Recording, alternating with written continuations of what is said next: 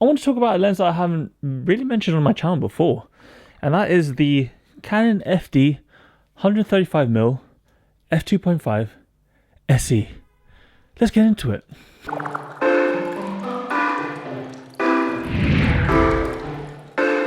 And basically this is a lens that's quickly becoming one of my favorite. So basically the reason why I bought this lens initially was because I just felt like experimenting, and it was early on in my film photography journey, and at the beginning I was like many people, and I was just thirsty for gear. I was gear lusting. I was just buying everything in sight. And when I first bought it, I literally used it once, and that was it. It was at my girlfriend's graduation. I got a couple of interesting shots.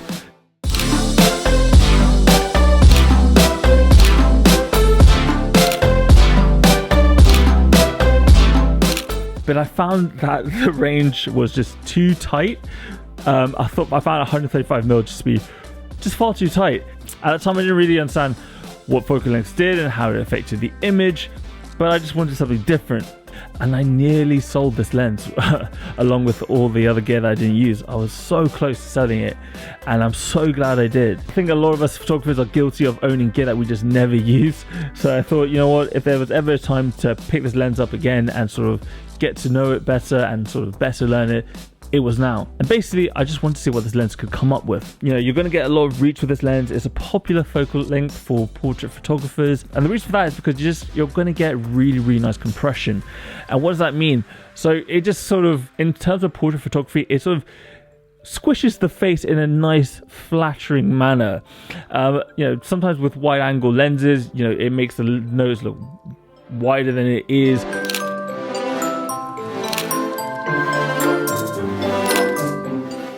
With a lens with nice compression, you know, it makes facial features just look more pleasing.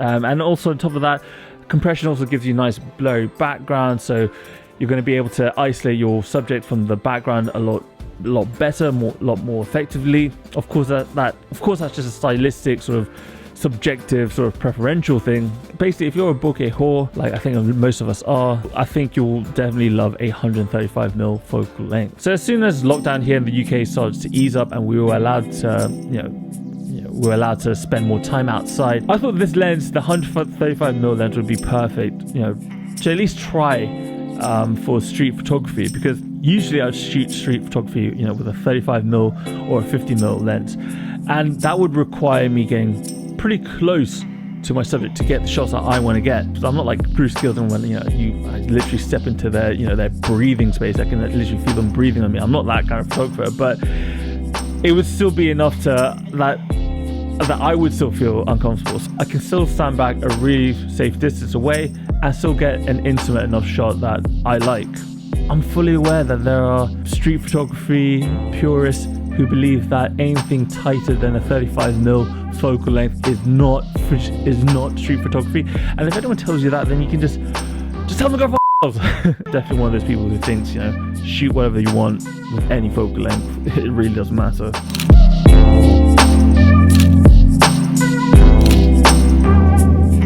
And basically, when I shot this 135mm lens for street photography, I was pleasantly surprised.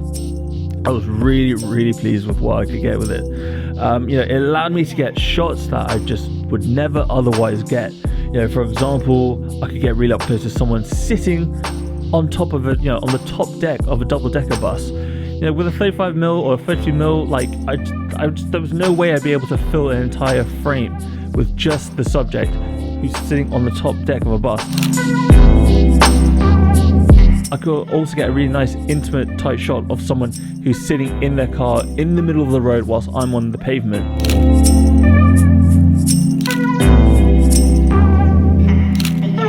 It also gives me the ability to just camp in one spot, because I think the best shots I was getting with this lens was when I was sort of camping in one spot and letting people walk into the frame.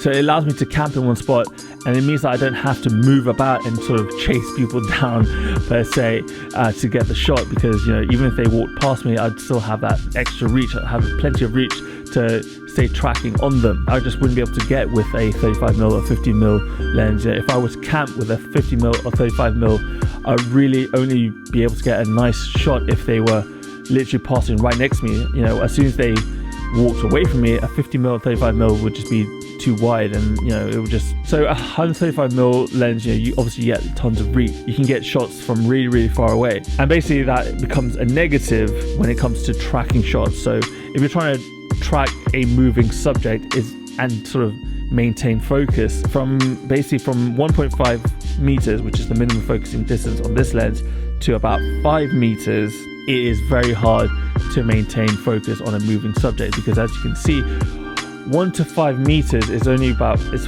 what's that, 4.5, no, it's 3.5, yeah, oh my god, my maths. 1.5 to 5 meters is 3.5 meters, which is not that far a distance, but it is relatively a long distance to cover on my focus, on the focusing barrel. That's a very large portion of the focus throw. However, past that, between 5 to 15 meters or even 30 meters, which is a huge distance for a subject to cover, is a very short focus throw on the lens. So in practice, it is very easy to track a subject and nail focus and keep focus on a moving subject.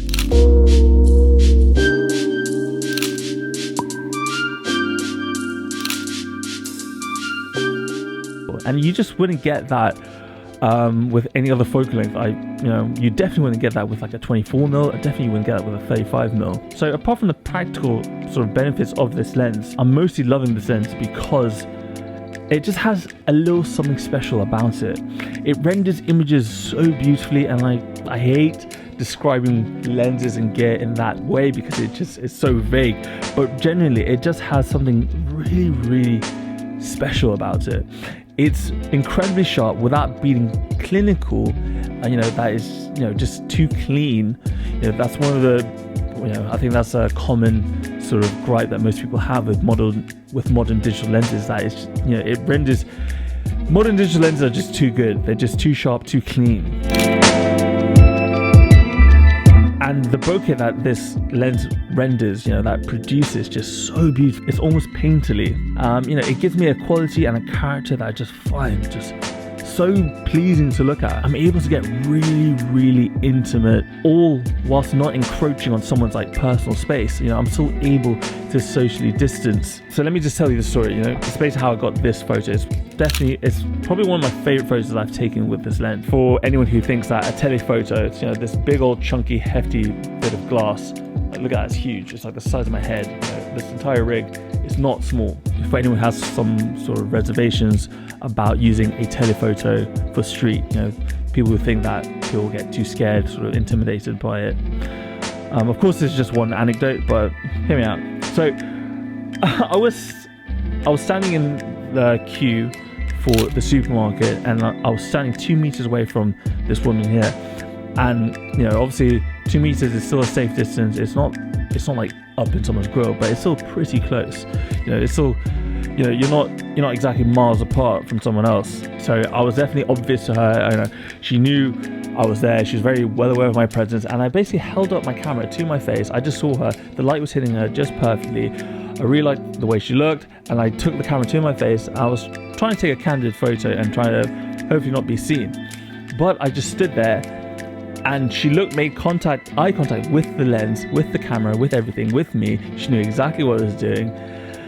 She looked down the barrel of the lens, and I was holding the camera there for literally about 5 to 10 seconds. So I was there for a decent amount of time, and her body position didn't change, her facial expression didn't change, her demeanor did not change, nothing changed. She literally saw the camera, saw everything, and nothing changed. It was as if I wasn't even there. She literally could not care less. I did do a few other things, but I'm saving that for a different video. I'm saving that for my top candid street portrait tips video. If you want to see that video, I don't know, leave something down in the comments. Say something like candid street photo in the comments if you're excited, if you want to see that video. A little history about this lens. There's several versions of this one. There's a cheaper, slower f3.5 version, which seems to be quite plentiful on eBay. It takes the old FD breech lock mount, which is what this one also takes. And then there are the newer FD versions. There's the f2.8 version, there's an f2 version, but I prefer this one because this one is my favorite. Even though I don't like the breech lock mount, I hate the breech lock mount, because hermetically I just think they are just way nicer than the newer FD lenses, because I just love that orange and white typography. I love the all metal construction of it. It's just far nicer than the newer FD lenses. I've got this one, the f2.5 SC version, which is the Spectra coating version, for £79, and I think I got massively lucky because these are really hard to find. I couldn't find other than maybe one other version, but yeah, I got really lucky, and this is it's in like pristine condition. It has a built-in lens hood. Who doesn't love a built-in lens hood? The older FD lenses just feel far more premium than the newer FD ones, because mainly of the fact that it's completely metal, whereas the newer FD ones, they're part plastic. Anyway, guys, all in all, just want to make a quick one. If you're in the market for something different, if you shoot street, if you shoot portraits, and if you're looking for something affordable, because these lenses are still very, very affordable. They're all, as far as I'm aware, they're all still under £100. I would definitely highly recommend picking up a 135mm focal length. I don't care what brand. If you're just looking for a unique sort of focal length for street and portraits, I think 135mm focal length is something definitely worth considering. I wouldn't say that this focal length necessarily offers you sort of everyday versatility that a 35mm or a 50mm would, but if you're still looking for a vintage lens that is still very affordable, sub 100 quid, I'd say it's very, you can even get some of that 50 quid, still very affordable and produces really, really nice, really beautiful, unique results, then the Canon FD 135mm f2.5 SC is definitely a lens I would recommend considering.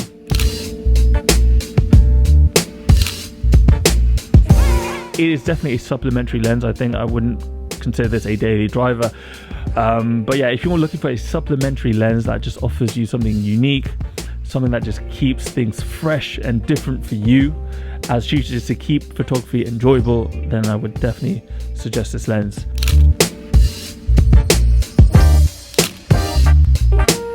I did have a much longer video planned, but my laptop has now come to a stage where it's just a bit too old, a bit too frail. It's from mid 2012 and it's it's been a real loyal, true servant, but it's just too slow now. And I was trying to render out in a very long video and it just kept crashing. So fortunately, I've made the upgrade. I'm waiting for that laptop to come in the mail. So once that comes in, I'll be able to start cranking out the videos faster than ever before. Anyway, guys, I hope you enjoyed the video. I hope you learned something. Tell me what you think of the photos down below. Did you have a favorite one? If you don't have, we do things around here. I upload to the channel twice a week. Might be once a week. Who knows? See how I feel. But yeah, if you enjoyed it, subscribe, like this, share this with all your friends. Share this with all your film friends, rather. Follow me on Instagram at Zain Shoots Film. I upload there every day, apart from on the weekends, just to give myself a little break. Check out my portfolio at zainreezer.com. And with all that said and done, oh god, 4th of July can't come soon enough because this mop has got to go. Yeah, with all that said and done, boys and girls, keep learning, keep shooting. I'll see you all in the next one. Peace.